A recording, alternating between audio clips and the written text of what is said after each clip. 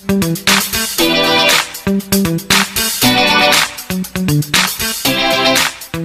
Assalamualaikum warahmatullahi wabarakatuh. Ketemu lagi dengan saya Zum Takin di channel kebanggaan kita Akademi Santri. Pada malam hari ini saya ditemani oleh dua senior. Yang pertama adalah Mas Naryoto ya.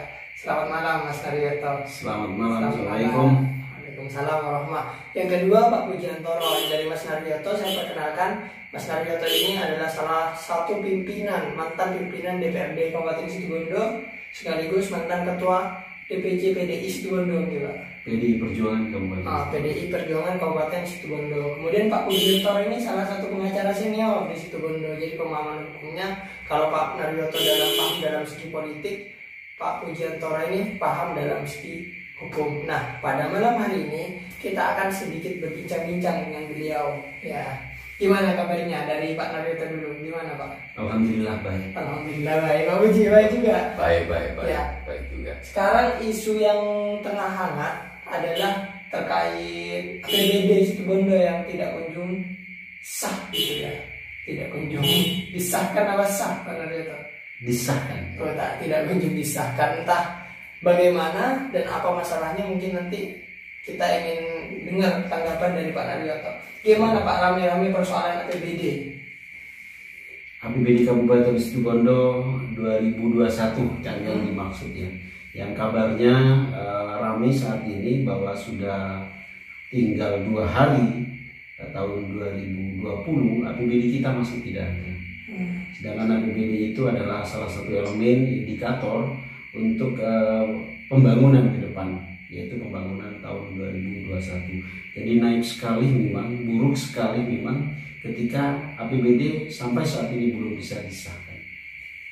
Jadi memang harusnya sudah disahkan saat ini Pak. Karena APBD tahun berikutnya itu harus sudah selesai. Amanat Undang-Undang Nomor 23 Tahun 2014 tentang pemerintahan daerah 30 November yang lalu itu sudah harus disahkan. Itu sudah harus siap untuk dikerjakan, untuk menjadi landasan dasar pemerintahan dan pembangunan termasuk keuangan di tahun 2021. Jadi Pak Naryoto ini kan pernah menjadi anggota dewan. Ya. Kira-kira dari kacamata Pak Naryoto, kendala apa yang menyebabkan APBD ini tidak disahkan hingga sekarang? Segala sesuatu saya kira biasa ada kendala, jadi tidak ada sesuatu yang tidak ada kendalanya. Tapi ketika kita mempunyai niatan baik, apalagi memang amanah daripada undang-undang. Jadi APBD tahun 2021 ini sudah harus selesai, mulai dari perencanaan sampai pengesahannya, yaitu minimal maksimal tanggal 30 November tahun 2020. Bahwa APBD tahun berikutnya itu dibahas, direncanakan dibahas, yaitu tahun APBD berjalan. Jadi sebenarnya dari Januari sampai Desember 2020 itu adalah tahapan yang dimulai Januari itu yang sudah diserahkan ke DPRD itu eksekutif, artinya bupati dan wakil bupati yang dibantu oleh tim anggaran pemerintah daerah atau TAPD yang kita kenal. Maka di sana menyusun KUA PPAS, kebijakan umum anggaran plafon sementara APBD gitu. Jadi mempersiapkan yang namanya KUA PPAS. KUA PPAS itu yang disusun oleh eksekutif atau TAPD, yaitu oleh bupati dan wakil bupati artinya, maka di bulan Juli itu sudah harus diserahkan ke DPRD. Jadi akhir penyerahan sebenarnya Juli ya? Ya, itu sudah harus diserahkan ke DPRD. Dari mana dasarnya? Dari RKPD yang harus masuk dan menjadi prioritas di dalam KUA PPAS. Jadi urutannya gini ya Pak Naryoto, dari Musrembang Des, Musrembang Kecamatan, Kabupaten, RKPD, kemudian barulah di RKPD itu menjadi bagian landasan untuk menyusun KUA PPAS. Faktanya kapan? KUA PPAS itu harus diserahkan ke DPRD itu bulan Juli menurut Undang-Undang Nomor 23 tentang pemerintah daerah itu. Bulan Juli sudah harus masuk ke DPRD. Namun ternyata maka akan dilakukan pembahasan, yaitu selambat-lambatnya itu sudah harus disahkan yang namanya KUA PPAS itu di akhir bulan Agustus. Jadi 2 bulan pembahasannya. Bayangkan KUHP-PAS itu yang saya dengar, saya ketahui masuk ke DPRD dari Bupati dan Wakil Bupati justru tanggal 20 November.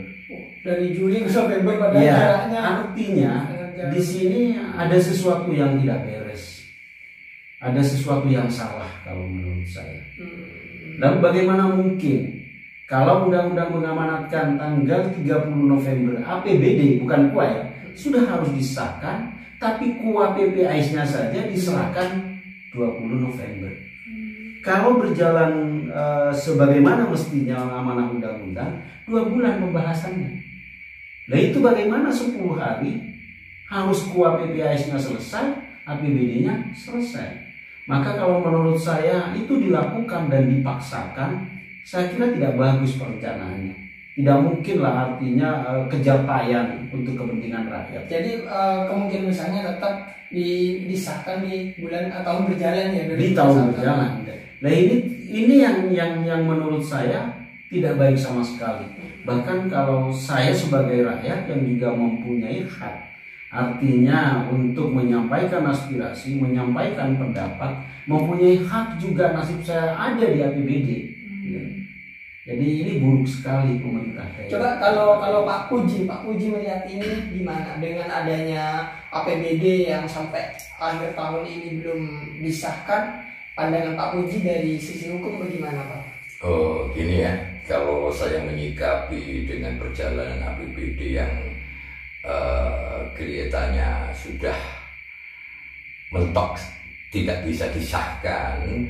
Karena di sini nampak sekali bahwa DPRD itu tidak menggunakan regulasi yang ada di dalam aturan dan kewenangan DPRD itu sendiri. Salah satu contoh di sini DPR dengan tahapan-tahapan yang sekiranya terlambat punya hak dia untuk menanyakan dan atau mengirim surat kepada pihak eksekutif, baik gimana ini kok belum dikirim di sini, ya yang akan dibahas. Ini tidak pernah dilakukan sama sekali, ya. Sedangkan saya satu sisi juga pernah sedikit tahu lah masalah begini, karena saya juga mantan ketua DPC Hanura juga. Kebetulan saya juga lawyer juga.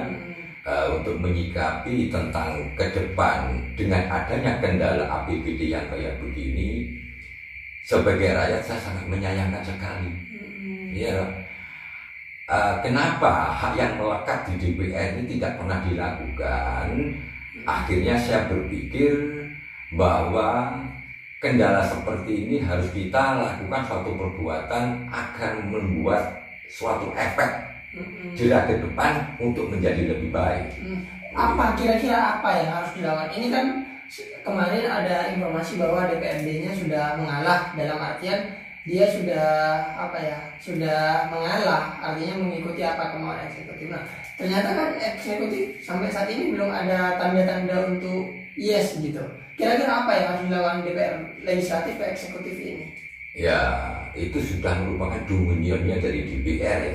Kalau saya sebagai rakyat, kata mengalah itu sebenarnya tidak harus ditempatkan dalam proporsional yang seperti itu. Ya, karena apa? Ini adalah masa depan Situbondo, bukan masa depan pribadi kelompok dan golongan dalam masalah ini. Gitu ya. Saya sebagai rakyat sangat-sangat sayang sekali dengan kejadian semacam begini.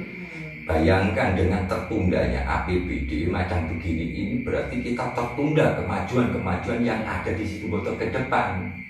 Saya maklum, kebetulan di sini ini sekarang dalam masa transisi. Tapi kalau kita tahu bahwa semua itu untuk kepentingan rakyat, ayolah sisihkan ego sektoral masing-masing pihak. Bagaimana supaya transisi ini biar pindah sekalipun dengan keberadaan bupati yang sudah terpilih, biar berjalan dengan baik.